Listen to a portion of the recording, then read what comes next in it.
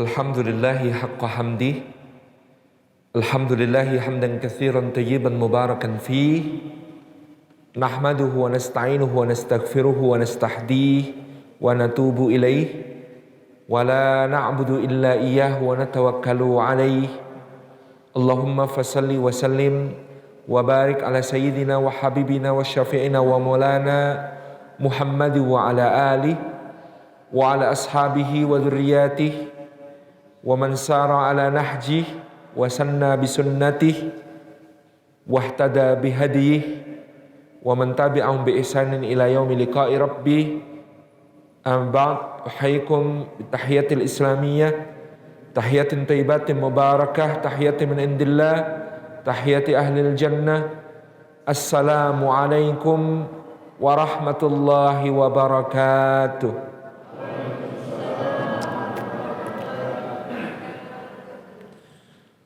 Hadratal mukarramin yang kami ta'zimi, para alim, para ulama, para asatid, para ustadzat, guru-guru umat, wabil khusus imam masjid yang kita cintai ini beserta seluruh jajaran BKM, para pengurus, marbot, muadzin yang kami muliakan, hadratul afadil, para tokoh masyarakat, para sesepuh, para pimpinan berbagai lembaga maupun tata pemerintahan, hadirin hadirat semuanya yang kami muliakan, rahimani wa rahimakumullah. Puji syukur kita haturkan kehadirat Allah Subhanahu wa taala atas limpahan karunia-Nya. Pada malam yang cerah ini Allah menghimpun kita di sebaik-baik tempat di dalam rumah-Nya yang mulia. Semoga setiap langkah yang kita tempuh menuju ke tempat ini, tiap tapaknya menggugurkan dosa-dosa kita, meninggikan derajat kita di sisi Allah Subhanahu wa taala, dan menjadi pemudah jalan kita semua menuju ke surga. Jadi bahkan langkah-langkah kita sudah merupakan lapis-lapis keberkahan. Demikian pula duduk kita semua di rumah Allah ini juga adalah lapis-lapis keberkahan. Sebagaimana sabda Rasulullah sallallahu alaihi wa alihi wa sahbihi wasallam, majtama'a qaumun fi baitin min buyutillah yatluna kitaballah wa yatadarasunahu bainahum illa ghasyiyatuhumur rahmah wa haffatsumul malaikah wa nazalat alaihimus sakinah wa dzakarahumullahu fi man 'indah. Rawahu Muslim ayhuwa sahih. Kata Nabi sallallahu alaihi wasallam, tidak berhimpun satu kaum di satu rumah di antara rumah-rumah Allah, termasuk di Gurubati yang kita cintai ini, di dalamnya mereka membaca ayat dari kitab Allah dan mengkaji isi-isi makna-makna dari kitab Allah itu, melainkan keadaan mereka itu satu, dicurah-curahi rahmat Allah kepada mereka, kasih sayang Allah yang 100 bagian, satu bagiannya diturunkan ke dunia sejak awal zaman sampai akhirnya, mencukupi untuk seluruh makhluk, karena Allah adalah Ar-Rahman, Zat yang maha pengasih dan kasihnya tiada pilih-pilih. Juga bagi orang-orang beriman 99 bagian disempurnakan baginya, khusus untuk orang-orang beriman, karena Allah adalah Ar-Rahim, Zat yang maha penyayang dan sayangnya tiada batas berbilang. Yang kedua, wahafat sumul malaikah, dan malaikat-malaikat menaungkan sayap mereka kepada mereka yang hadir di dalam majelis, sembari terus memohonkan ampun kepada Allah, memintakan agar dilindungi dari neraka dan dimasukkan ke dalam surga. Hatta bahkan ketika majelis selesai, mereka a'raju wa sa'adu ilallahi tabaraka wa ta'ala, naik menghadap Allah untuk melaporkan nama kita di hadapan Allah. Lalu malaikat ini tinggal di sisi Allah menunggu saat kelak kita dihisab amal-amal kita, mereka akan menjadi pembela-pembela kita. Yang ketiga, wa nazalat alaihimus sakinah, dan diturunkan kepada mereka semua yang hadir ketentraman dari sisi Allah. Sakinah karena ala bidzikrillahi tatma'innul qulub, karena sesungguhnya sumber ketentraman itu tidak lain tidak bukan adalah mengingat Allah. Karena Allah lebih besar dari semua masalah kita. Karena Allah lebih besar dari semua kekhawatiran kita. Karena Allah lebih besar dari semua kesedihan kita. Karena kita yakin Allah yang mengatur hidup kita itu zat yang maha benar, tidak pernah keliru. Zat yang maha adil, tidak pernah zalim. Zat yang maha bijaksana, tidak pernah sembarangan. Zat yang maha tahu, tidak pernah bodoh. Maka semua takdir kita ada dalam genggaman Allah yang Dia tahu semuanya dan tidak ada yang terhijab darinya. Yang Dia benar dalam semua takdirnya, tidak ada yang keliru. Yang Dia senantiasa adil kepada hambanya, tidak mungkin kita dizalimi. Yang Dia senantiasa bijaksana dalam setiap ketentuannya, tidak mungkin tanpa makna. Dan yang keempat, wa dzakarahumullahu fi man indah, Allah akan menyebut-nyebut nama kita semua dengan bangga pada makhluk-makhluk mulia yang ada di sisinya. Kita di sini mengingat Allah, maka Allah pun mengingat kita. Kita di sini menyebut Allah, maka Allah pun menyebut kita. Sehingga mudah-mudahan kita semua lebih terkenal di langit daripada di bumi. Kalau terkenal di bumi banyak resikonya. Terkenal di bumi belum tentu baik. Karena bunga memang didatangi lebah dan kupu-kupu. Tapi sampah juga banyak penggemarnya berupa lalat dan kutu-kutu. Banyak penggemar di dunia bukan jaminan kebaikan. Tetapi ketika kita betul-betul dicintai oleh Allah, dicintai oleh para makhluk mulia di sekitar Allah, cinta itu pasti akan turun ke dunia cepat atau lambat. Dan kita justru berharap orang ketika kita sudah tiada masih cinta, masih mendoakan kita. Berapa orang yang kenal Nabiullah Ibrahim alaihissalam ketika beliau masih hidup? Berapa banyak yang cinta? Berapa banyak yang mendoakan? Tapi hari ini 1 miliar umat Islam menyebut-nyebut namanya dalam tasyahud, dalam tahiyat. Kama sallaita ala Sayyidina Ibrahim wa ala ali Sayyidina Ibrahim. Kama barakta ala Sayyidina Ibrahim wa ala ali Sayyidina Ibrahim. Tapi hari ini berapa juta orang antri menunggu saat bisa memenuhi panggilannya Ibrahim alaihissalam. Padahal ketika Ibrahim diperintahkan untuk memanggil manusia berhaji, dia bingung. Ya Allah, bagaimana aku memanggil mereka? Kata Allah, tugasmu memanggil aku yang mendatangkan. Dan hari ini ribuan tahun setelah Nabi Ibrahim wafat, jutaan orang antri untuk bisa memenuhi panggilannya dalam umrah maupun haji. Betapa luar biasanya. Betapa indahnya. Maka duduk kita semua insya Allah adalah lapis-lapis keberkahan. Jadi Ustaz, tema ini sudah kita amalkan. Karena salah satu tempat menadah berkah itu adalah majelis ilmu dan majelis dzikir seperti ini. Nah, kalau begitu apa sebenarnya berkah? Apa sebenarnya barakah? Sehingga Rasulullah SAW menganjurkan kita untuk dalam hidup ini berorientasi berkah. Kita hidup ini berikrar ilahi anta maqsudi wa ridhaka matlubi. Ya Allah, engkaulah tujuanku, ridhamu adalah apa yang aku cari. Tapi yang ingin kita rasakan dalam kehidupan, cicipan kebaikannya disebut berkah, disebut barakah. Kalau kita tinjau asal maknanya seperti dijelaskan Al-Imam Khalil bin Ahmad, maka orang Arab pertama-tama mengenal kata barika yabriku tabrikan.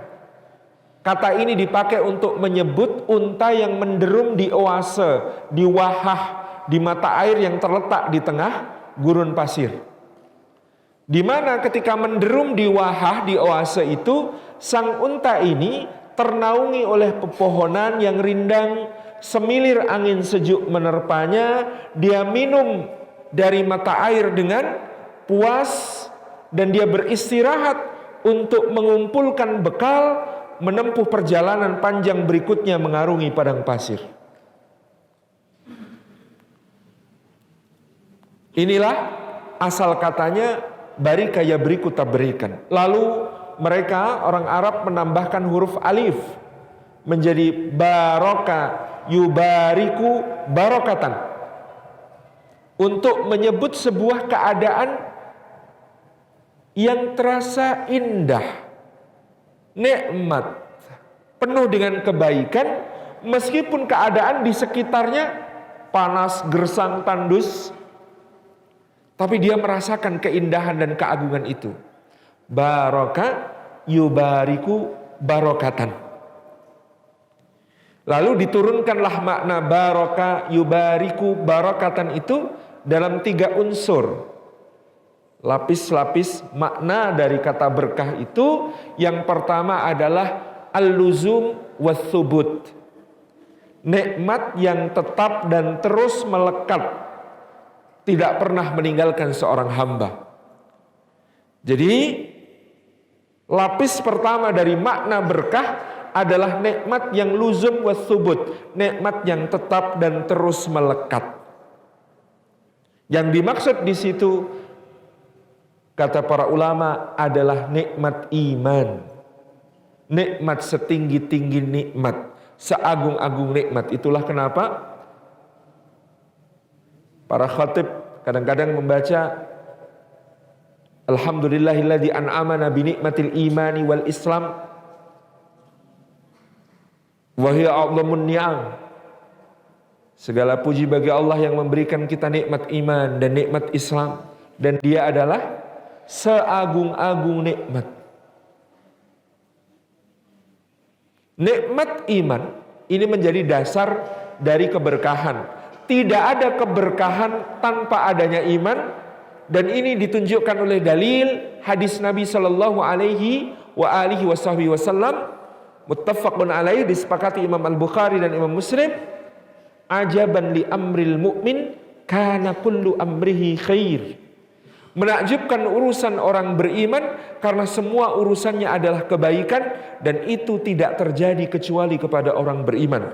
Maknanya itu tidak terjadi kecuali karena adanya iman.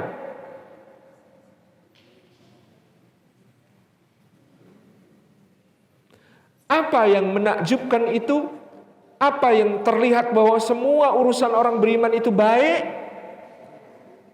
Rasulullah menjelaskan, apabila dia mendapatkan nikmat, maka dia bersyukur, maka syukur itu baik baginya. Dan apabila dia mendapatkan musibah, maka dia bersabar, maka sabar itu baik baginya. Kebaikan di setiap keadaan. Itulah mengapa para ulama mendefinisikan secara ringkas kata barokah itu sebagai ziyadatul khairi fi kulli hal, bertambahnya kebaikan di setiap keadaan. Jadi berkah dalam lapis makna pertama ini adalah nikmat yang tetap dan terus melekat, dan itu adalah nikmat iman, dan nikmat iman itu menjadikan keadaan kita senantiasa baik di setiap keadaan. Karena iman membuat kita menanggapi segala keadaan dengan tanggapan terbaik. Maka kemuliaan seorang mukmin tidak terletak pada keadaannya, bukan kaya atau miskinnya, bukan senang atau susahnya, bukan sukar atau mudahnya, bukan lapang atau sempitnya, bukan nikmat atau musibahnya. tetapi terletak pada sabar dan syukurnya. Jadi ada yang oleh Allah Subhanahu wa taala diuji dengan kelapangan, kekayaan, kelimpahan, kekuasaan, kebahagiaan, kesenangan. Tentu dia sukses bukan karena nikmat yang kita sebut tadi, tapi dia disebut sukses kalau mampu bersyukur kepada Allah Subhanahu wa taala. Seperti Nabiullah Sulaiman alaihi salam yang ketika mendapatkan semua kenikmatan yang berlimpah, kekuasaan yang tak tertandingi, menguasai alam manusia, alam jin, alam burung, alam hewan-hewan, bahkan juga awan dan angin yang menjadi kendaraannya, maka dia mengatakan, hadza min fadli rabbi liyabluwani aashkuru am akfur. Ini semata-mata adalah karunia dari Allah untuk menguji aku, apakah aku bersyukur ataukah aku kufur. Ini masih ujian, belum hasil. Karena hasilnya di akhirat. Kekayaan, kelimpahan, kekuasaan yang diterima oleh Nabi Sulaiman, beliau tahu itu masih ujian, belum merupakan hasil ataupun pemuliaan dari Allah. Dia baru akan mulia kalau mampu bersyukur, dan dia akan terhina kalau dia kufur. Dia akan terbenam seperti Qarun. Meskipun Qarun lebih dikenang daripada Nabi Sulaiman dalam soal harta yang ditemukan. Kalau kita ketemu ada harta terpendam, kita bilang itu harta karun. Jadi kalau kita sebut harta karun, sebenarnya ini hartanya berkah atau tidak? Tabarakallah. Jadi Bapak Ibu yang dirahmati Allah, hadirin sekalian, bukan soal nikmatnya, tapi syukurnya. Demikian pula sebaliknya, bukan soal musibahnya. Dan itu bukan penghinaan dari Allah, bukan kesusahannya, dan itu bukan tanda kebencian Allah kepada kita. Kalau diberikan ujian berupa musibah, kehilangan, kekurangan, kesempitan, ataupun kemiskinan. Karena tentu selain Sulaiman alaihi salam, dalam surah Shad itu sebutannya sama. Ketika mengisahkan Nabi Sulaiman yang mendapat nikmat lalu bersyukur, dan mengisahkan Nabi Ayub yang mendapat musibah lalu bersabar, Allah menggunakan kata-kata kesimpulan yang sama, ni'mal abdu innahu awwab. Dialah sebaik-baik hamba dan dia sangat taat kepada Allah Subhanahu wa taala. Dua-duanya dipuji. Padahal yang satu kaya, berkuasa, berlimpah. Yang satu hari pertama kebunnya binasa. Hari kedua ternaknya tewas mengenaskan semua. Hari ketiga anak-anaknya meninggal satu demi satu. Hari berikutnya dia mulai merasakan sakit di tubuhnya, gatal di kulitnya. Ketika digaruk rasa gatal itu terkelupas sampai ke tulangnya. Ketika dia bersin yang keluar adalah darah dan nanah. Lalu dia merasa betapa menyakitkan itu. Dia berbaring dan berdoa, ya Rabbi, sisakan untukku lisan dan hatiku supaya aku tetap bisa berzikir kepadamu. Dan sakitnya semakin berat, semakin berat. Di tahun ke-7 istrinya protes, Bang, abang ini kekasih Allah, Nabi, abang sakit begini, abang kenapa gak pernah berdoa minta sembuh sama Allah? Abang malah cuma berkata subhanallah walhamdulillah wala ilaha illallah wallahu akbar, memuji-muji Allah terus. Kenapa abang tidak berdoa minta sembuh kepada Allah? Ayub alaihissalam menitikkan air mata dan berkata, aku malu sayang. Malu bagaimana bang? Aku malu karena aku pernah sehat selama 70 tahun. Kenapa aku diberi sakit baru 7 tahun, sudah terburu-buru minta kesembuhan. Aku malu kepada Allah. Tabarakar Rahman, kekasih-kekasih Allah, nabi-nabi pilihan demikian keadaannya. Dan dua-duanya dipuji oleh Allah. Dan dua-duanya dipuji oleh Rasulullah SAW. Apabila dia mendapat nikmat, dia bersyukur, maka syukur itu baik baginya. Di mana kebaikan syukur? Yang pertama, syukur itu menjadi penjaga nikmat. Kalau kita ingin nikmat-nikmat yang sudah diberikan Allah kepada kita ini dijaga supaya tidak hilang, supaya tidak lepas, supaya tidak pergi dari kita, maka syukurilah nikmat itu. Makna syukur, kata para ulama, 1, memuji yang memberi nikmat. 2, menggunakan nikmat itu sesuai yang dikehendaki pemberi nikmat. 3, menjadikan nikmat itu bermanfaat bagi diri dan sesamanya. Itu pengertian syukur. Jadi syukur itu 1, banyak memuji pemberi nikmat, alhamdulillahirabbil alamin. 2, menggunakan nikmat sesuai kehendak pemberi nikmat. Jadi tidak digunakan untuk maksiat. Alhamdulillah ada rezeki, bismillah mau saya pakai berjudi. Nah, ini namanya bukan bersyukur. Meskipun menggunakan kata alhamdulillah dan bismillah.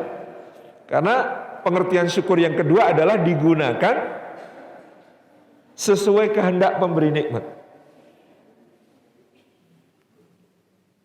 Yang ketiga, dijadikan bermanfaat bagi diri dan sesama. Ada unsur berbagi nikmat di situ, ya, baik dengan sedekah wajib, zakat, maupun dengan yang sunnah-sunnah. Yang kedua, kebaikan syukur adalah melipat gandakan, menambahkan nikmat-nikmat lagi. Karena Allah Subhanahu wa taala berfirman dalam surat Ibrahim ayat yang ke-7, wa itta'adzana rabbukum la in syakartum la azidannakum wa la in kafartum inna azabi lasyadid. Allah mengatakan, ingatlah ketika Allah Subhanahu wa taala, Rabb kalian semua, pencipta kalian, pemberi rizki kalian, pengatur segala urusan kalian, pemilik kalian, mengumumkan bahwa la in syakartum, apabila kalian bersyukur atas nikmat-nikmat Allah, la azidannakum, maka aku Allah akan menambahkan nikmat itu. Menggunakan bentuk kata pemastian. La azidannakum, pasti kami akan berikan tambahan nikmat itu kepada kalian. Maka kalau segala sesuatu disyukuri, dia akan bertambah nikmat. Ibu-ibu sudah sering mensyukuri suami? Alhamdulillah, terima kasih ya Allah, diberikan suami yang taat kepadamu, diberikan suami yang gigih bekerja, diberikan suami yang dermawan, sabar, dan seterusnya. Syukuri, maka Allah akan tambahkan kebaikan. Demikian pula bapak-bapak, kalau punya istri lalu disyukuri, maka pasti akan ditambah nikmatnya. Kalau soal jumlah, syarat dan ketentuan berlaku. Tapi jelas, yang bersyukur pasti akan ditambah. Apa-apa yang kita miliki kita syukuri, maka akan bertambah. Dan cara bersyukur itu biasanya dengan tafakkur, Ustaz. Coba misalnya Allah tuh Maha tahu. Hari ini di Guru Bati jam berapa ini? Jam 9 malam. Itu Salim Afilah itu haus. Allah Maha tahu. Maka Allah telah menyiapkan rezeki untuk Salim Afilah itu berupa minuman. Masya Allah, cara Allah menyiapkannya luar biasa. Allah siapkan sejak bertahun-tahun yang lalu, matahari diperintahkan Allah untuk bersinar di atas lautan. Lalu air laut pun menguap naik ke angkasa. Di atmosfer mengalami kondensasi, kemudian menjadi awan. Awan itu lalu tertiup angin, bergerak ke arah daratan dan pegunungan.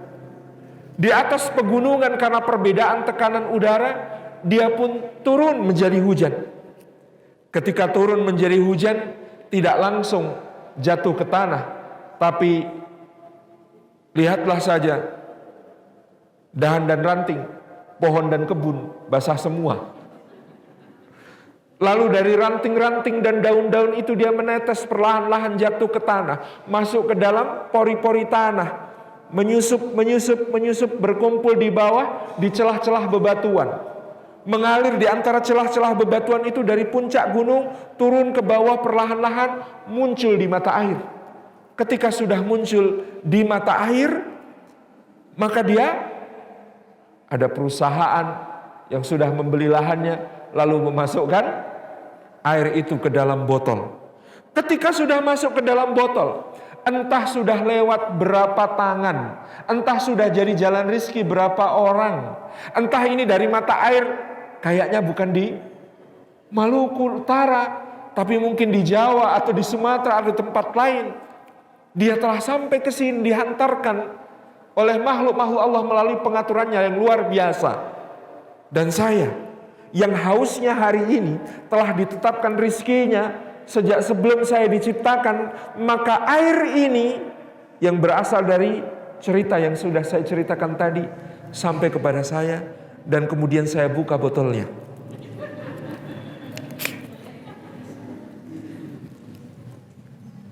Maka saya bertafakur dan saya bersyukur atas nikmat air ini. Kalau hewan haus minum, tapi manusia ketika haus dia bertafakur tentang rizki minuman yang diberikan kepadanya, tentu berbeda maknanya. Coba Bismillahirrahmanirrahim. Allahumma shalli ala.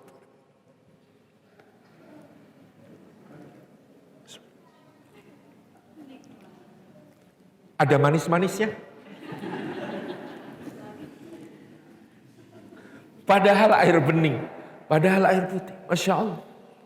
Tapi karena kita mentafakuri nikmat itu, bertambahlah nikmatnya. Coba bapak-bapak tafakuri anak-anak kita. Lihat dia, ini anak yang kelak kalau berdoa Allahumma firli wali walidayya warhamhuma kama rabbayani shaghira, akan menjadi jalan keselamatan kita di akhirat. Ini anak kalau dia nanti mau salat, mau mengaji karena kita yang ajarkan kepadanya, maka pahalanya akan mengalir tak henti-henti untuk kita. Masya Allah, nak, kamu ini anugerah yang tak ternilai harganya dari Allah untuk ayah dan bunda. Kecup ubun-ubunnya, doakan. Allahumma faqihhu fid din wa alimhu ta'wil. U'iduhu bi kalimatillahi tammati min kulli syaitani wa hammati wa min kulli adlama. Indah karena disyukuri. La in syakartum la azidannakum. Apabila kalian sungguh-sungguh bersyukur, pasti aku sungguh-sungguh akan menambahkan nikmat itu kepada kalian. Wala in kafartum, tetapi kalau kalian justru kufur kepada nikmat itu, kalau bentuk kalimatnya itu ekivalen, seharusnya kalimat berikutnya la u'adzibannakum. La in syakartum la azidannakum, harusnya kalau wala in kafartum la u'adzibannakum. Kalau kalian kufur, maka pasti aku akan mengadab kalian. Harusnya kalimatnya begitu. Tapi Allah Maha Pengasih masih membuka pintu-pintu taubat bagi yang pernah kufur akan nikmatnya, sehingga Allah hanya memberi peringatan, inna adzabi lasyadid, sesungguhnya azabku sangat pedih. Allah tidak memastikan azab untuk hambanya. Allah tidak mengatakan la u'adzibannakum, pasti akan aku adab kalian. Tidak. Allah mengatakan inna adzabi lasyadid, azabku sangat pedih. Berkah itu luzum wa thubut. Iman itu nikmat yang tetap dan terus melekat. Iman ketika ketemu dengan nikmat, maka yang muncul adalah syukur kepada Allah Subhanahu wa taala. Berkah itu luzum dan subut. Luzum dan subut itu iman. Iman itu kalau ketemu dengan musibah, maka yang muncul adalah sabar. Dan yang namanya musibah bagi manusia yang hidup di alam ini oleh Allah dipastikan. Ahasiban nasu ayyutraku ayyaqulu amanna wa hum la yuftanun. Memangnya manusia mengira ketika mereka mengatakan saya telah beriman, mereka akan ditinggalkan, dibiarkan lalu tidak diuji lagi? Tidak, kata Allah. Allah pasti akan memberikan ujian sampai Allah mengetahui. Padahal Allah Maha tahu, tapi Allah hendak menegakkan hujah supaya pengetahuannya juga diketahui oleh seluruh makhluk, yaitu Allah mengetahui mana di antara hambanya yang imannya benar dan mana yang imannya hanya di lisan saja. Maka untuk menguji, Allah mengatakan dalam surat Al-Baqarah, walanabluwannakum bisyai'im minal khawfi wal ju'i wa naqsim minal amwali wal anfusi wath thamarat wa basyiris sabirin. Kata Allah, walanabluwannakum. Huruf wawu kalau diikuti wazan lanaf alanna, maka wawunya bukan wawu atof, bukan wawu penyambung, tapi wawu kosam, wawu sumpah. Kalau hamba bersumpah harus pakai asma Allah. Kalau Allah bersumpah bebas, mau pakai sesuatu ataupun tidak. Kalau yang pakai sesuatu ya kita kenal di juz 30 begitu banyak Allah bersumpah. Wal fajr, walayan ashr, wad duha, wal laili idza saja. Ya. Wasyamsi waduhaha dan seterusnya. Itu sumpah Allah dengan makhluk. Tapi Allah bisa bersumpah tanpa menyebut apapun. Contohnya ayat ini. Walanabluwannakum, demi pasti akan kami timpakan bala ujian kepada kalian, kata Allah, bisyai'in dengan sesuatu. Sesuatu itu berarti banyak atau sedikit, besar atau kecil, berat atau ringan, sesuatu pas. Sesuatu itu artinya pas. Pas itu maknanya la yukallifullahu nafsan illa wus'aha. Tidak akan seseorang itu dibebani dengan ujian melebihi kemampuannya. Walanabluwannakum, kata Allah, pasti kami akan timpakan bala ujian kepada kalian bisyai'in dengan sesuatu. Apa bentuknya? Minal khauf, berupa rasa takut. Wal ju' dan rasa lapar. Wa naqsim minal amwal, dan berkurangnya harta. Wal anfus, dan jiwa. Orang-orang yang disayangi, orang-orang yang dicintai mungkin meninggalkan kita. Hah? Oh, insyaallah. Siap. Keperluan kamera.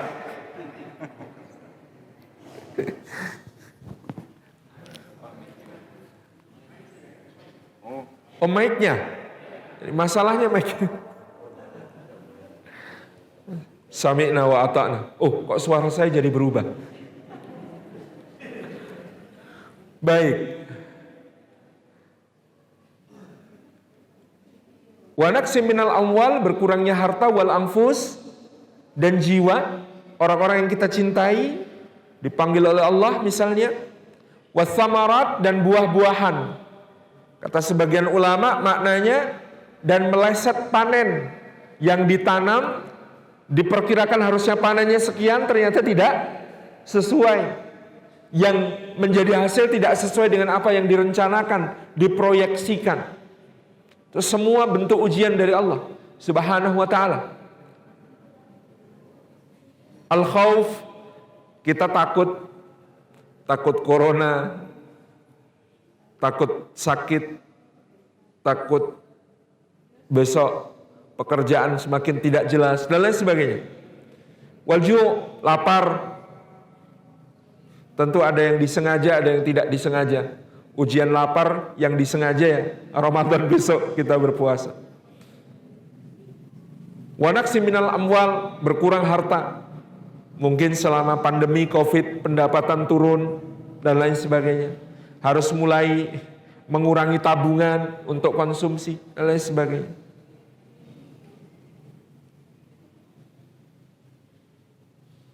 Wal anfus, kehilangan orang-orang yang disayangi. Wasamarat tadi, melesetnya proyeksi rencana dibandingkan hasil. Tapi coba perhatikan ayat ini. Ayatnya tentang musibah. Tapi penutupnya, wabasyiris sabirin, berilah kabar gembira untuk orang-orang yang sabar. Ayatnya tentang musibah, tetapi penutupnya adalah berilah kabar gembira. Masya Allah. Ini tuh ayatnya tuh sedih harusnya, tapi endingnya berilah kabar gembira. Seperti yang dikatakan Rasulullah SAW, maka sabar itu baik baginya. Apa kebaikan sabar? Satu, ibu-ibu, bapak-bapak, kalau ada orang yang bilang kepada kita, I love you, aku sayang banget sama kamu, aku cinta sama kamu. Kita seneng gak kalau ada yang bilang gitu? Tergantung siapa yang ngomong ya. Tapi bagaimana mungkin orang yang sabar itu tidak bahagia? Karena yang mengatakan begitu adalah wallahu yuhibbus sabirin. Allah cinta kepada orang-orang yang sabar. Dua, Bapak Ibu seneng gak kalau ada orang yang bilang kepada kita, aku akan selalu di sisimu, aku tidak akan pernah meninggalkanmu, aku akan selalu bersamamu, aku akan selalu beserta denganmu. Seneng gak kalau ada orang yang setia begitu kepada kita? Seneng. Maka bagaimana orang sabar tidak bergembira, bahagia? Karena yang mengatakan begitu adalah innallaha ma'as sabirin. Sesungguhnya Allah beserta orang-orang yang sabar. Yang ketiga, bapak-bapak seneng gak kalau bekerja di perusahaan yang gajinya itu gak ada batasnya, banyak tanpa batas? Senang Pak? Gajian, siap. Gaji saya mana? Itu sebelah gudang emas. Silahkan ambil sesukanya. Gajian, mana gaji saya? Ini, loh, cek toh. Iya. Kok panjang sekali? Iya. Kok kosong? Boleh diisi berapapun. Nggak terbatas. Senang nggak Pak kerja di perusahaan begitu? Maka orang sabar lebih-lebih lagi pasti akan bahagia. Kenapa? Karena Allah mengatakan wa innama yuwaffas sabiruna ajrahum bighairi hisab. Dan hanya saja orang sabar itulah yang ganjarannya, gajinya, pahalanya disempurnakan tanpa batas hitungan oleh Allah Subhanahu wa taala. Insyaallah. Sudah begitu masih nanti dapat sambutan khusus. Kita seneng gak kalau kita ini berprestasi, lalu teman-teman kita bikin pesta perayaan? Seneng. Orang sabar tambah seneng lagi. Masuk surga ada sambutan khusus. Salamun alaikum bima sabartum. Salam sejahtera atas kalian karena kalian telah bersabar. Itu kalau amal-amal yang lain gak ada sambutan khusus begitu. Khusus sabar. Amal yang paling ditakjubi malaikat. Yang berikutnya, ulaika alaihim salawatum mir rabbihim wa rahmah wa ulaika humul muhtadun.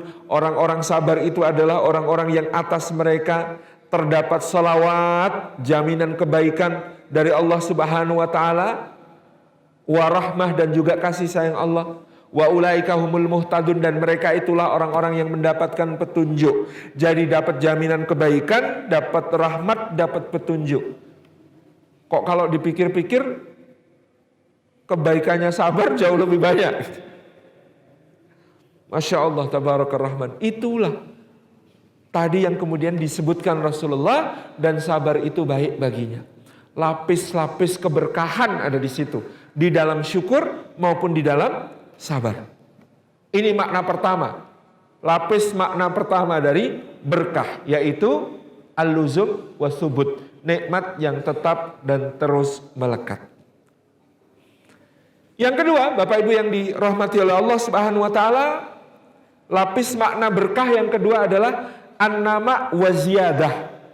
Nikmat yang berkembang, meluas dan bertambah-tambah. Ya, di antara sifat dari berkah itu dia berkembang, meluas, bertambah-tambah. Pribadi yang berkah itu pribadi yang kemudian dia berkembang. Berkembang imannya, bertambah imannya, berkembang amalnya, bertambah amalnya, meluas dampaknya, bertambah ilmunya,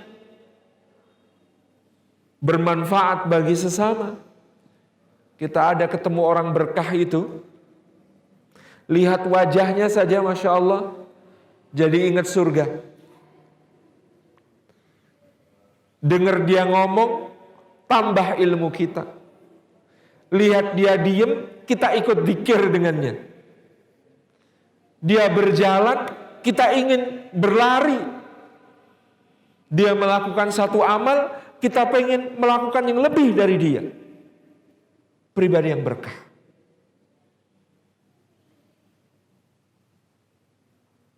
An-nama wa ziyadah, bertambah-tambah, meluas kebaikan.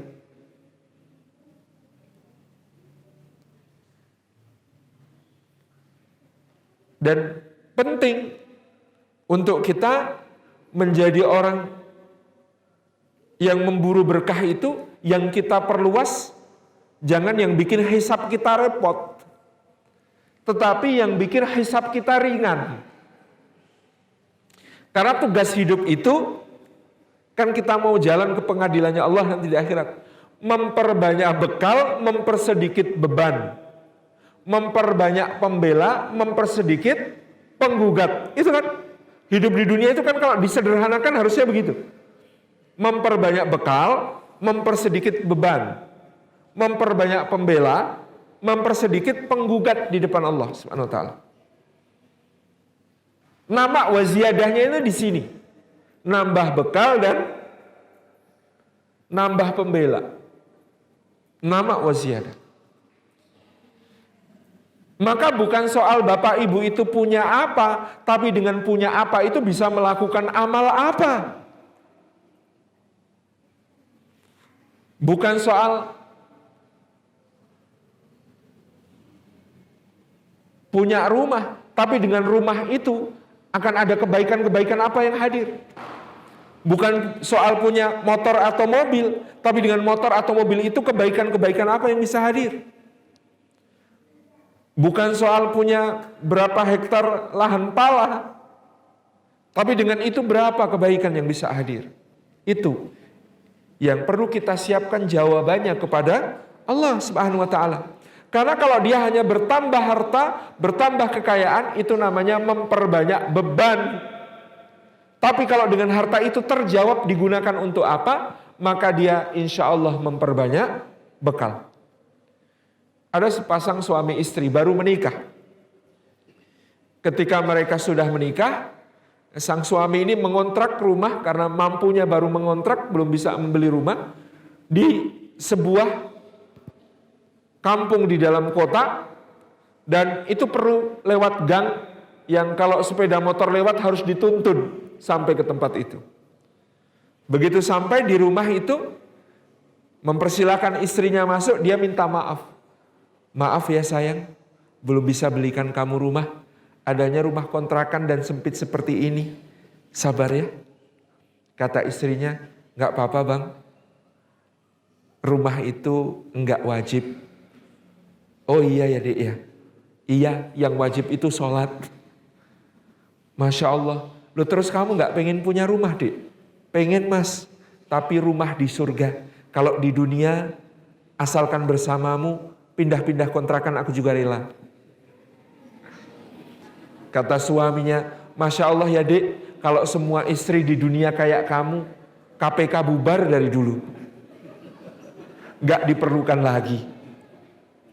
Tapi ternyata istrinya ini pintar memperbesar rumah. Caranya bagaimana bapak-bapak, ibu-ibu, cara dia memperbesar rumah? Setiap sore dia menyiapkan snack, makanan kecil. Dia panggil anak-anak tetangga untuk datang. Lalu dia ajari mengaji dan dia persilahkan makan dan minum snack di situ. Dia persilahkan baca-baca buku yang dia punya. Makin lama anak tetangga yang ke situ makin banyak, makin banyak, makin banyak. Akhirnya rumahnya tidak cukup, lalu suaminya terpaksa mengontrak rumah yang lebih besar. Dan akhirnya rumahnya tambah besar. Dan anak-anak yang mengaji juga makin banyak. Dia ajarin mengaji di ruang tamu, meluber sampai ke ruang keluarga. Nah, karena yang ngaji ini banyak, dia dibantu suaminya. Satu kali anak-anak yang mengaji ini kan tingkahnya macam-macam. Ada yang kemudian ambil krayon, dia menggambar di dinding. Digambar gitu ya. Ada gunung, sampingnya gunung lagi, di tengah-tengahnya ada matahari. Dari atas kanan ke kiri bawah digambar jalan, di atas jalan ada sawah, di bawah jalan ada rumah, ada ayam sedang mematuk jagung, di atas digambar awan, kemudian ada burung-burung terbang, warnain rame-rame. Tembok rumah padahal.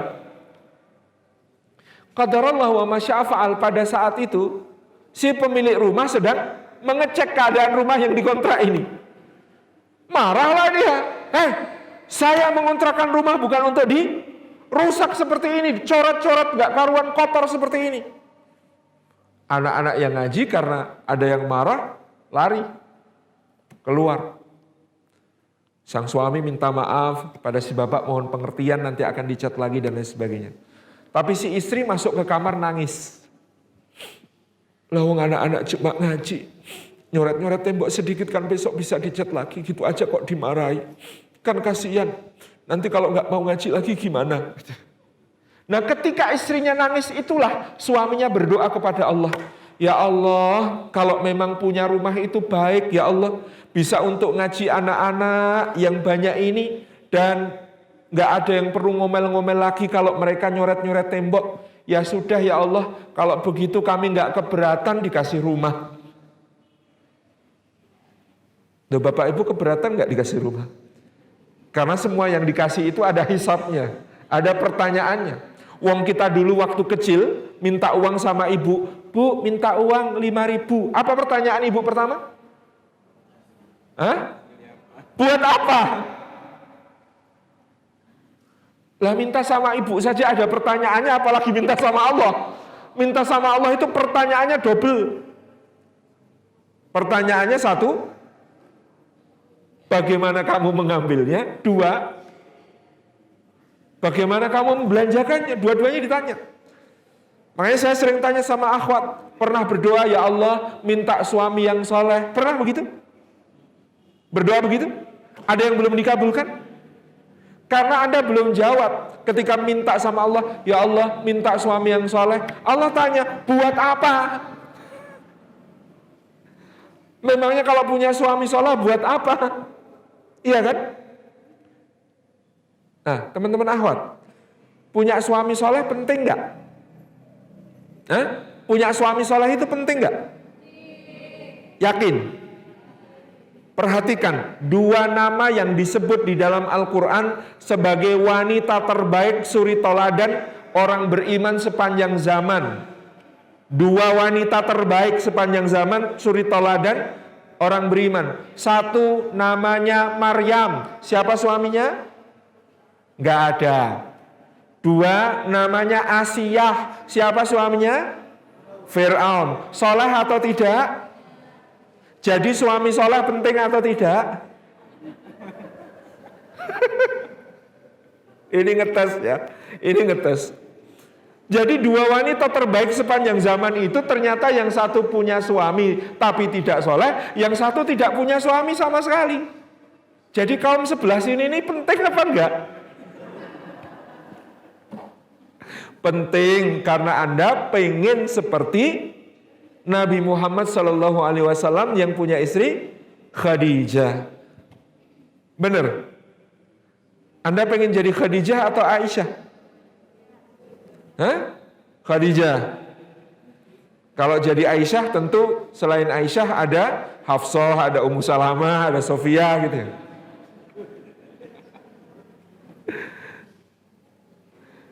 Jadi tentu pelajarannya adalah Anda berharga di sisi Allah bukan soal siapa suami Anda, Tetapi masing-masing tetap akan bertanggung jawab kepada Allah. Pelajarannya adalah hatta yang tidak punya suami, yang suaminya tidak soleh, bisa mulia di hadapan Allah. Apalagi Anda kalau punya suami soleh, gitu kan? Kembali ke kisah tadi. Ternyata kalau kita sudah menjawab, mencicil jawaban hisab di dunia, si suami tadi mengatakan apa? Ya sudah ya Allah, kami gak keberatan dikasih rumah. Kalau apa?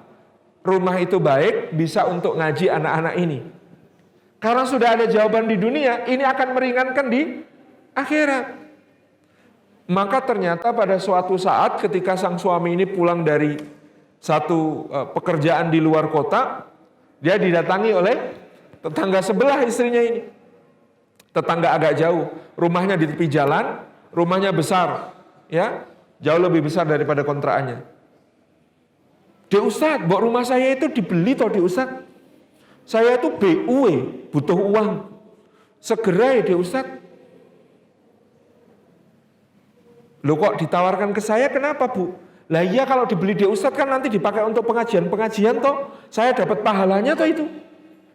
Daripada dijual ke orang lain gak jelas nanti dipakai apa atau apa. Kan saya takut. Udah di Ustadz aja yang beli ya. Ya kalau diutamakan Bu, itu kan berarti dikasih diskon. Ya sudah saya diskon, ini segini aja. Kemarin tuh ditawar lebih tinggi dari ini loh, tapi buat di Ustadz harganya segini. Waduh Bu, harga segitu juga saya Bu, baru ada sepertiganya di tabungan. Oh enggak apa-apa, sepertiga dulu aja. Pas kebetulan saya itu sedang butuh uangnya itu sepertiganya itu. Nah ini kuncinya, ini sertifikatnya, pegang dulu aja. Besok kita ke notaris bareng-bareng ya. Terus yang 2/3 lunasinya gimana Bu? Terserah, nanti kita bikin perjanjiannya. Pokoknya di Ustadz mau nyicil atau gimana gak apa-apa. Masya Allah. Jadilah rumah itu terbeli, dipakai. Saat itu mereka suami istri punya anak, kemana-mana naik motor metik kecil. Itu tetangganya sudah pada komentar.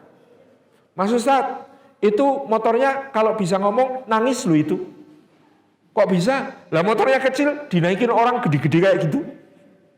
Kasihan, mbok ganti yang setangnya bulat. Setangnya bulat itu kayak apa Bu? Mobil. Itu kan setangnya bulat. Oh iya.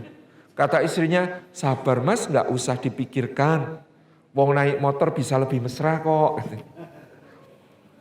Tapi pada suatu hari, salah satu tetangganya itu sudah cuci darah, umur sudah 60 tahun lebih, diantar suaminya, pulang dari cuci darah di rumah sakit, kena hujan turun deras, di rumah menggigil, demam tinggi, sakit, masuk rumah sakit lagi opnam. Maka istrinya nangis lagi. Ya Allah itu kok yang gak ada yang nganter pakai mobil, kasihan. Pulang cuci darah malah kehujanan terus sakit lagi. Terus ini gimana? Kasihan sekali itu. Nah, ketika istrinya nangis, suaminya berdoa lagi. Ya Allah, kalau punya mobil itu baik ya Allah. Bisa untuk ngantar tetangga yang cuci darah biar nggak kehujanan. Juga bisa untuk ngantar istri belanja atau anak-anak sekolah ya Allah. Ya sudah ya Allah, kami nggak keberatan dikasih mobil. Qadar Allah, semuanya dimudahkan oleh Allah untuk hadir.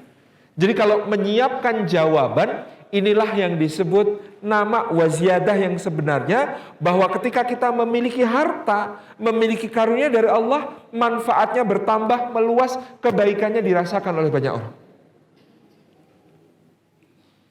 Mas, pinjam mobil buat apa? Kondangan, bareng-bareng satu RT, oh siap. Mas, pinjam mobil buat apa Bu? Jenguk orang sakit, oh iya. Mas pinjam mobil buat apa? Itu nganter yang sakit mau ke rumah sakit. Dari tadi nelfon ambulan gak bisa-bisa. Iya. Mas pinjam mobil buat apa? Ngangkut jenazah. Wah kalau ini gak boleh Bu. Melanggar aturan.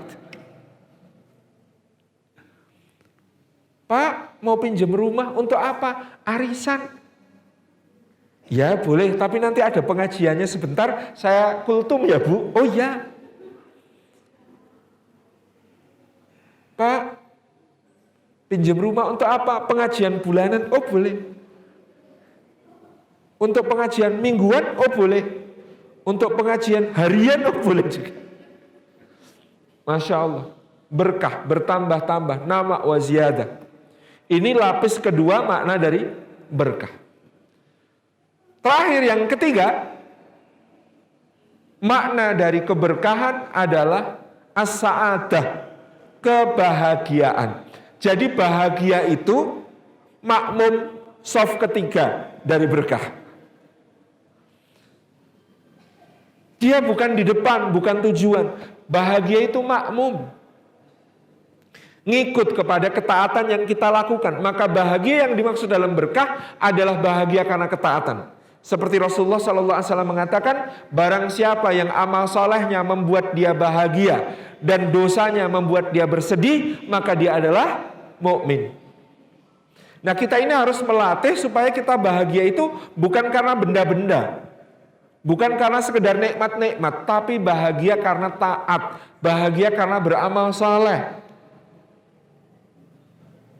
Sebaliknya kita itu juga harus bersedih, latihan bersedih, bukan bersedih semata-mata karena kehilangan barang, kehilangan sesuatu. Tapi bersedih karena kehilangan ketaatan, bersedih karena melakukan kemaksiatan, bersedih karena dosa. Berbahagia karena beribadah, berbahagia karena berdoa. Bapak Ibu, lebih senang berdoanya atau hasil dari doanya? Lebih senang berdoanya atau lebih senang hasil dari doanya? Karena kata Ibnu Athaillah As-Sakandari, kita belum jadi hamba sejati kalau belum lebih mencintai doa itu sendiri daripada hasil doanya. Karena hasil doa itu ya sesuatu, nikmat. Tapi berdoanya itu ibadah, kemesraan dengan Allah. Kalau kita punya orang yang sangat kita sayangi, mana kita pilih? Dia datang, ngasih bunga terus pergi, atau dia kita ajak mesra-mesraan seharian, gandengan tangan, naruh kepala di bahunya terus gitu ya seharian. Gambarannya seperti itu. Berdoa itu bukan memberitahu Allah apa kebutuhan kita. Wong Allah itu sebenarnya maha tahu. Jadi berdoa itu bukan memberitahu Allah apa hajat kita. Karena Allah itu maha tahu. Berdoa itu bermesra-mesra dengan Allah supaya Allah ridhoi pemberiannya untuk kita. Sayyidina Umar bin Khattab mengatakan, kalau aku sudah berdoa, aku tidak peduli nanti akan dikabulkan seperti apa, di mana, kapan, waktunya. Nggak peduli. Karena sudah berdoa itu sudah nikmat. Kalau Allah mengilhamkan kepadaku untuk berdoa, berarti Allah senang mesra-mesraan sama aku. Tapi kalau aku dibuat oleh Allah lalai dari berdoa, tidak mau berdoa, jangan-jangan Allah itu tidak suka bermesra-mesra dengan aku. Jadi kita ini lebih senang cinta kepada ibadahnya. Meskipun mungkin pemicunya masalah. Bapak-bapak punya utang. Karena punya utang jadi rajin tahajud. Nah akhirnya utangnya ditolong sama Allah, utangnya beres. Mana yang lebih bapak-bapak sukai? Tahajudnya apa utang yang beres? Utang yang beres juga harus disyukuri, tapi lebih harus disyukuri adalah rajin tahajudnya. Itu lebih berharga daripada utang berapapun yang lunas itu. Bapak-bapak punya masalah, lalu kemudian rajin puasa Senin Kemis. Lalu masalahnya selesai. Pertanyaannya kalau masalahnya sudah selesai, puasanya diteruskan apa tidak? Nah kadang-kadang kita ini cuma mendekat kepada Allah kalau ada masalah. Makanya Allah sering ngasih masalah kepada kita. Kenapa? Ya biar kita mendekat. Tetapi kalau bapak-bapak nggak ada masalah pun tetap mendekat kepada Allah, insya Allah hidupnya nggak terlalu banyak masalah. Oh yang ini nggak usah dikasih masalah, deket ke aku terus, bagus gitu.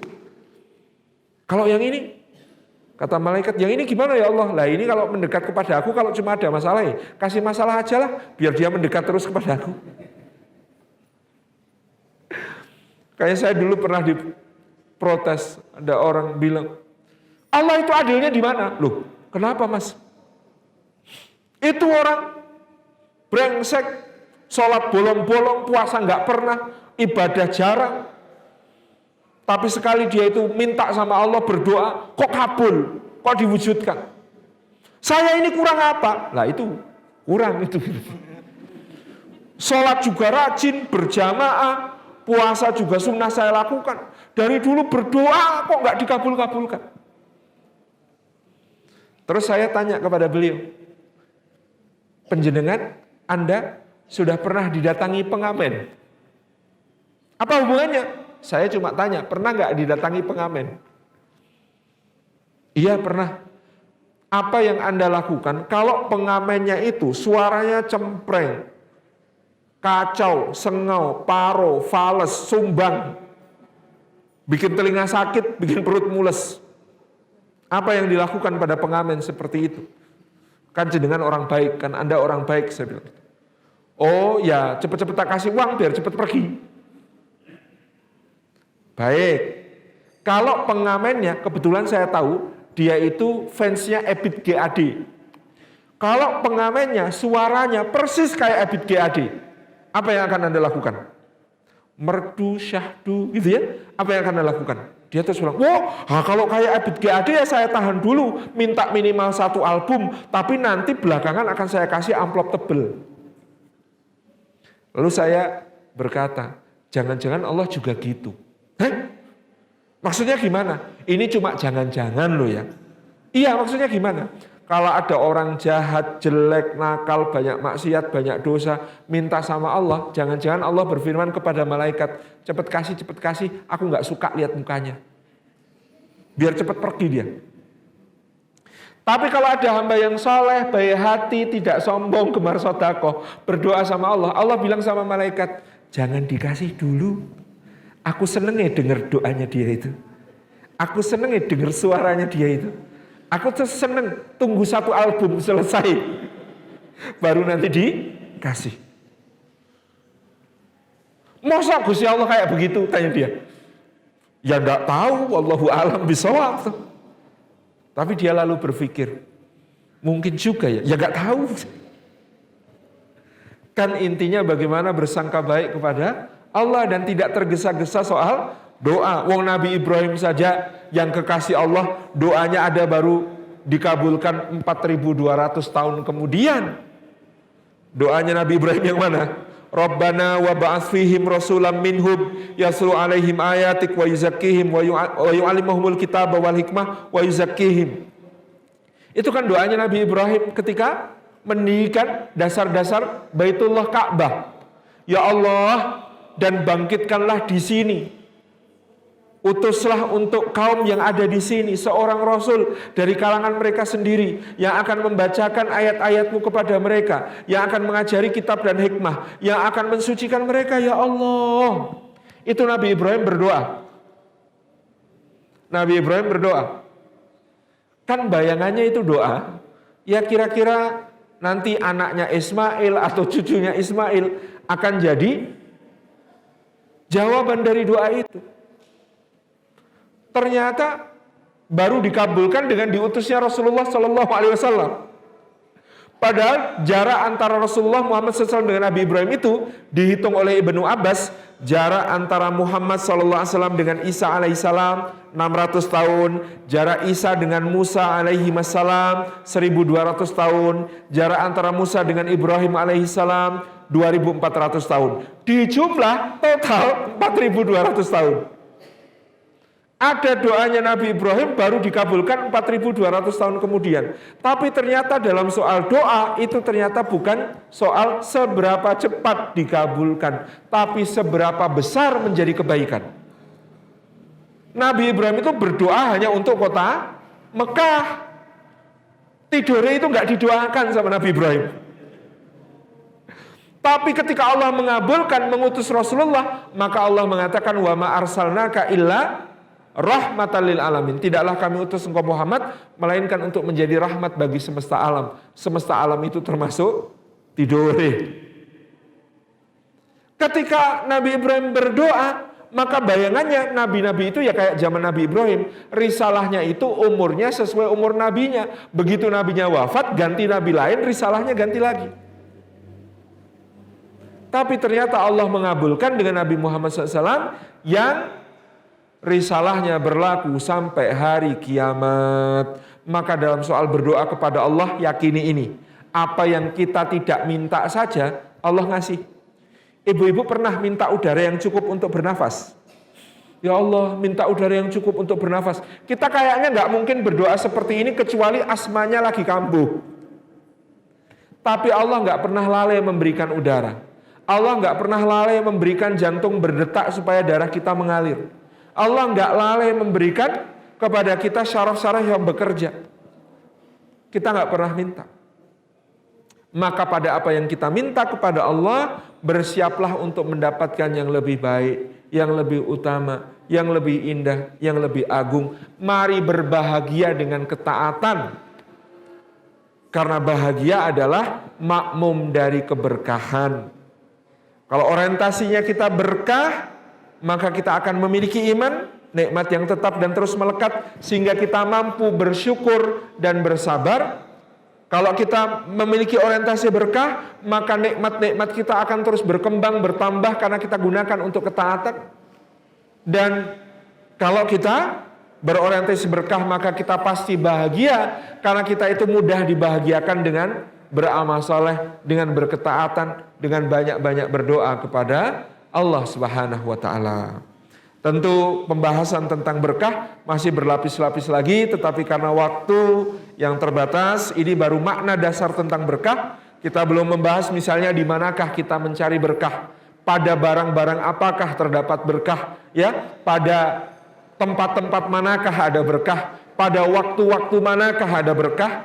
Tapi insya Allah itu terdapat di dalam buku Lapis-Lapis Keberkahan, dibahas secara lengkap 517 halaman. Jazakumullah khairan. Saya kembalikan kepada Ustaz Nurdin. Assalamualaikum warahmatullahi wabarakatuh.